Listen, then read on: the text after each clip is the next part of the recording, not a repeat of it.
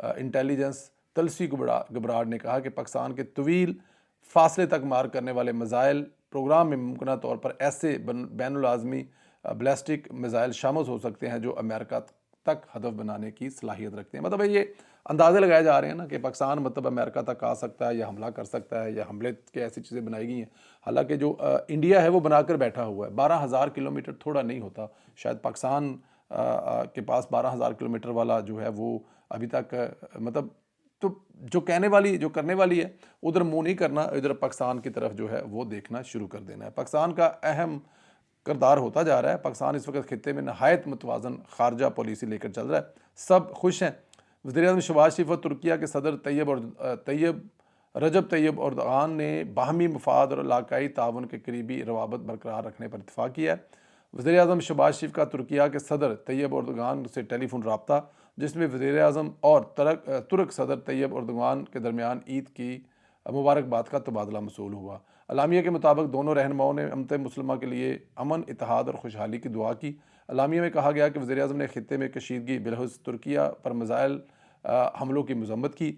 وزیراعظم شہباز شریف نے کہا کہ پاکستان قوم ان مشکل حالات میں ترک بھائیوں اور بہنوں کے ساتھ کھڑی ہے. اعلامیہ کے مطابق دونوں رہنماؤں نے اتفاق کیا کہ کشیدگی کا حل مذاکرات اور سفارتکاری کے ذریعے ہی ممکن ہے. اس میں تو کوئی شک نہیں ہے. دنیا کی بڑی سے بڑی جنگ جو ہے وہ بھی آپ نے ٹیبل پر بیٹھ کر جیتنی ہے یا ہارنی ہے, کیونکہ فیصلہ تو مذاکرات کی ٹیبل پر ہی ہوگا. ایران ابنائے ہرمز سے گزرنے والے جہازوں پر ٹرانزٹ فیس عائد کرنے کی تجویز پر غور شروع کر رہا ہے, اور غیر خبر ملک جو خبر ایجنسی ہے کہ یہ ایک اقدام اس اہم آبی گزرگاہ پر ایران کے بڑھتے ہوئے کنٹرول کو معاشی فائدے میں تبدیل کرنے کی کوشش ہو سکتی ہے. امریکہ اور اسرائیل کے ساتھ جاری جنگ کے آغاز سے ہی ایران نے ان جہازوں کی نقل و حرکت متاثر کی ہے, جنہیں وہ اپنے مخالفین یا ان کے اتحادیوں سے منسلک کرتا ہے. ایرانی خبر رساں ادارے کے مطابق ایک ارکان پارلیمنٹ نے کہا ہے کہ ایک بل زیر غور ہے جس کے تحت آبنائے حرمز سے گزرنے والے ممالک کو چاہیے کہ وہ تجارت, سامان اور توانائی یا خوراک کی تحصیل کر رہے ہیں ایران کو ٹول ٹیکس ادا کریں. اب ظاہر ہے جب آپ کے ایران کے بہت سارے معاملات میں اس کو ڈیمیج کرتے جا رہے ہیں تو ایران کچھ اس طرح کا تو سلسلہ کرے گا ہی. اچھا جی, ادھر امریکہ کو بڑا جھٹکا ہے. امریکہ کا جدید ایسا تیرا جو ریڈار پر پکڑائی نہیں دیتا تھا وہ ایران نے ہٹ کیا ہے. CNN رپورٹ نے کہا ہے کہ F-35 ایران میں جنگی مشق پر تھا اور ہنگامی لینڈنگ کرنا پڑی. طیارے مبینہ طور پر ایرانی فائرنگ کے زد میں آیا ہے اور ایران کے پاس کوئی فضائیہ نہیں ہے. زمین سے میزائل کے وغیرہ اس کو ہٹ کرنے کے علاوہ کوئی چارہ نہیں ہے. تو زمین سے ہٹ کیا گیا ایران کی طرف سے اور اس پہ جو ہے وہ ہوا ہے. ایک چیز ہمیں جو شاید نوٹ کر رہے ہوں, آپ یہ دیکھیں کہ یہ جنگ امریکہ لڑا ہے, اسرائیل لڑا ہے جو یہاں سے دور بیٹھا ہوا ہے. یورپ کو پہلے آلریڈی کمزور کیا جا چکا تھا. کیا امریکہ ہر اس طاقت کو کمزور کرنے کی کوشش کر رہا ہے جو کسی جگہ پہ اس کو چیلنج کرنے جا رہی ہے؟ پھر دوسرا آپ یہ دیکھیں, وہ ممالک جو ڈالر کے بجائے اپنی لوکل کرنسی میں جو ہیں وہ ٹریڈ کر رہے ہیں. یعنی کہ ایران جو ہے وہ چائنا کو 80% تیل بیچ رہا ہے اپنا, اور 80% میں آپ یہ دیکھیں کہ وہ ڈالر میں نہیں بیچ رہا بلکہ جو چائنیز کرنسی ہے اس کے ذریعے بیچ رہا ہے. اب آپ اس کو دیکھیں, وینزویلا کو دیکھیں کہ وینزویلا نے بھی جو کہا تھا کہ جی ہم لوگ انڈیپینڈنٹ ہیں, ہم لوگ تیل اپنی کرنسی میں بیچیں گے یا اس طرح سے بیچیں گے کہ ہمارے ملک میں آپ آئیں, اس ملک کو ڈیولپ کریں اور ہم آپ کو تیل دیں گے. ایران جو ہے وہ بھی ظاہر ہے جو جس کرنسی میں کام کر رہا ہے وہ امریکی ڈالر نہیں ہے. تو بہت سارے, اب دیکھیں یورپ کو دیکھ لیں کہ یورپ نے جب اپنی کرنسی بنائی تھی تو ایک امریکہ کے لیے بڑا حادثہ, بڑا ایک دیکھیں پوری دنیا میں ایک ہی کرنسی تھی جس میں آپ ٹریڈ کر رہے ہیں یا پھر آپ لے کے ٹریول کر رہے ہیں, لیکن یورو آنے کے بعد 2 کرنسیاں ہو گئی. تو امریکی کرنسی جو ہے اگر وہ گھر بیٹھے ہیں چھاپتے جا رہے ہیں, آپ ان کے پیسے لے کے ٹریول کر رہے ہیں, ان کے ذریعے ٹریڈ کر رہے ہیں, ان کو گھر پہ بیٹھے مل رہا ہے, اور اگر وہ ہر گزرتے دن کے ساتھ لوگ اس سے ہٹ رہے ہیں تو یہ امریکہ کے لیے ایک بڑا سوالیہ نشان تھا. دوسرا آپ یہ دیکھیں کہ یہ جو ریجن تھا, ایشیا کا ریجن تھا, یہ سکون والا تھا, یہاں پہ جنگ کوئی نہیں تھی. افغانستان تھا وہ ایک تجربہ گاہ بنی ہوئی تھی, اس پہ سارے اپنے اپنے تجربے کرتے تھے آگے. تو وہ اس کو ہٹا کر آپ یہ دیکھیں کہ پورے ریجن میں ایک سکون تھا, خاص طور پہ مڈل ایسٹ میں تو بالکل جسے کہتے ہیں نا کہ وہ کمال کا سکون تھا. کسی قسم کی کوئی پرابلم نہیں, کسی قسم کی کوئی لڑائی نہیں, کسی قسم کا کوئی انتشار نہیں, سکون سے یہ کنٹری چل رہا تھا، سکون سے پورا ریجن چل رہا تھا. اب یہ دیکھیں کہ ایران جو ہے وہ قطر کے اس کے گیس پہ جو اس نے حملے کیے ہیں، وہ بتایا جا رہا ہے اس کی جو اس سے جو تیل نکلے گی وہ 3 سے 5 سال تک ڈسٹرب رہ سکتی ہے. آپ اندازہ کریں کہ ایک حملہ ہوا ہے تو ابھی تک یہ جنگ ختم نہیں ہوئی. سعودی عرب میں کہا جا رہا ہے کہ سعودی عرب میں بھی ایسے حملے ہوئے ہیں جو ایران کر رہا ہے، اور وہ ایسی جگہوں پہ ہو رہے ہیں جہاں سے ان کا تیل نکلتا ہے، ریفائنریز ہیں. تو اسی طرح ایران جو دبئی کی ہے، دبئی کی تو تیل نہیں نکلتا، لیکن اس کی جو تیل ہے وہ ہے اس کا ٹورسٹ اور اس کا اعتماد جو لوگ وہاں پہ آ کر کرتے ہیں. تو اب ان لوگوں کو کمزور کر کے امریکہ کو کیا فائدہ ہو رہا ہے؟ سوچنے والی بات تو ہے نا کہ یہ لوگ آپس میں لڑ رہے ہیں، ایک دوسرے کے تیل کے ریزرو جو ہیں یا ایک دوسرے کے جو گیس کے ہیں اس کو تباہ و برباد کر رہے ہیں. اس پہ بتائیں نقصان امریکہ کو کیا ہو رہا ہے؟ امریکہ ابھی بھی یہاں سے اگر گیس بھروا کے جا رہا ہے، اس کے طیارے بھروا کے جا رہے ہیں، اس کی ابھی بھی یہاں پر اس کی بیس ہیں. نقصان کس کو ہو رہا ہے؟ نقصان ہو رہا ہے ایران کو ہو رہا ہے، نقصان ہو رہا ہے گلف کو ہو رہا ہے، سعودی عرب کو ہو رہا ہے.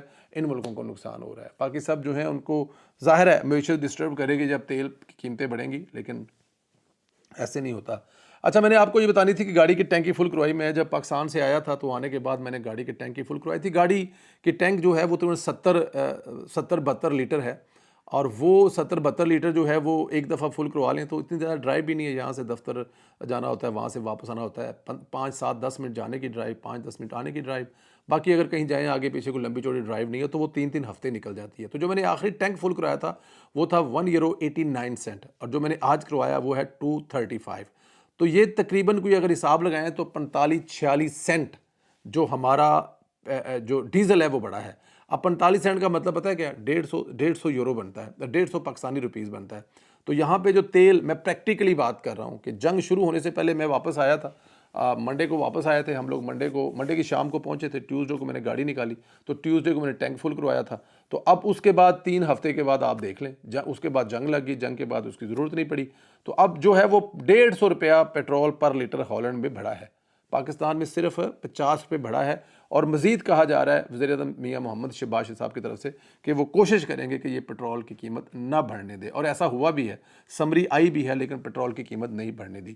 تو جو قومیں ہیں وہ اس بات، اب دیکھیں نا آپ کو، اور پھر بہت ساری دوسری چیزیں بھی جو ہیں اس جنگ کے دوران شہباز شریف صاحب جو کر رہے ہیں وہ مطلب کہ ایکسپورٹ پر توجہ دے رہے ہیں کہ جو ہمارے گلف کے ممالک ہیں ان کی ہم ویجیٹیبل کی، ان کی پھلوں کی، اور ان کی جو ان کی میٹ کی، ڈیری کی جو ضروریات ہے وہ پوری کریں. ڈیری میں اب دودھ بھی آتا ہے، ڈیری میں مکھن بھی آتا ہے، ڈیری میں گوشت بھی آتا ہے. تو شہباز شریف صاحب جو ہیں اب دیکھیں نا، میں نے آپ کو ہالینڈ کی صورتحال بچائی ہے کہ $150 پلس جو ہے پیٹرول مہنگا ہوا ہے، اور پاکستان میں صرف $50 ہوا ہے.